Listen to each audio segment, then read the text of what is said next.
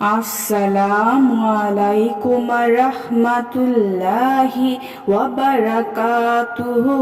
সুপ্রিয় সম্মানিত দর্শক ও শ্রোতা, আশা করি মহান রব্বুল আলামিনের দয়ায় আপনারা সকলেই ভালো আছেন। সম্মানিত দর্শক ও শ্রোতা, আজকে হযরত ফাতেমার চোখের পানি সম্পর্কে ঘটনা বর্ণনা করব। আপনাদের কাছে একটাই অনুরোধ থাকবে, ঘটনাটি খুব মনোযোগ সহকারে শোনার অনুরোধ রইল।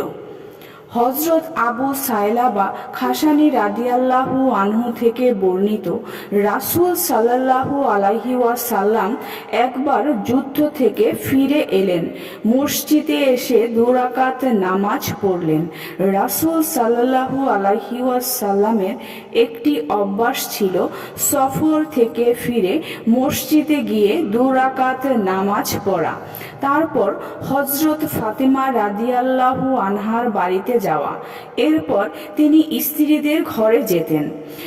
সেবার তিনি সফর থেকে ফিরে এলেন, হযরত ফাতেমা রাদিয়াল্লাহু আনহার ঘরে গেলেন।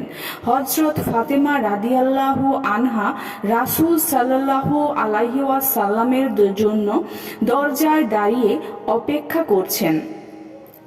রাসূল সাল্লাল্লাহু আলাইহি ওয়াসাল্লাম এলে তিনি শুভেচ্ছা জানান। হযরত ফাতেমা রাদিয়াল্লাহু আনহা রাসূল সাল্লাল্লাহু আলাইহি ওয়াসাল্লামের নূরের চেহারায় চুমু খেতে লাগলেন এবং রাসূলের চেহারার দিকে তাকিয়ে কাঁদতে লাগলেন। রাসূল সাল্লাল্লাহু আলাইহি ওয়াসাল্লাম কান্নার কারণ জিজ্ঞেস করলেন। হযরত ফাতেমা রাদিয়াল্লাহু আনহা বললেন, হে আল্লাহর রাসূল, আপনার অবস্থা দেখে আমি কান্না করছি।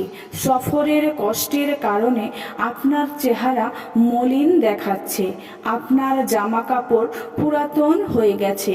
এ কথা শুনে রাসূল সাল্লাল্লাহু আলাইহি ওয়াসাল্লাম বললেন, ফাতেমা, কান্না করো না। আল্লাহ তাআলা তোমার বাবাকে এমন দিন দান করেছেন যা প্রতিটি পাকা কাঁচা ঘর এবং ভেড়ার লোমের তাঁবুতে অবশ্যই প্রবেশ করাবেন। যে ব্যক্তি ইসলামে প্রবেশ করবে সে সম্মানিত হবে, যে ব্যক্তি প্রবেশ করবে না সে অপমানিত হবে। পৃথিবীর যে স্থানে রাত নেমে আসে সে স্থানে ইসলাম ছড়িয়ে পড়বে, সারা দুনিয়ার ইসলামের বাণী পৌঁছে যাবে।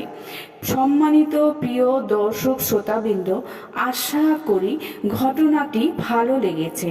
ঘটনাটি যদি ভালো লেগে থাকে অবশ্যই চ্যানেলটি সাবস্ক্রাইব করবেন, লাইক করবেন, কমেন্ট করবেন এবং অবশ্যই শেয়ার করতে ভুলবেন না। সবাই ভালো থাকবেন। আল্লাহ হাফেজ।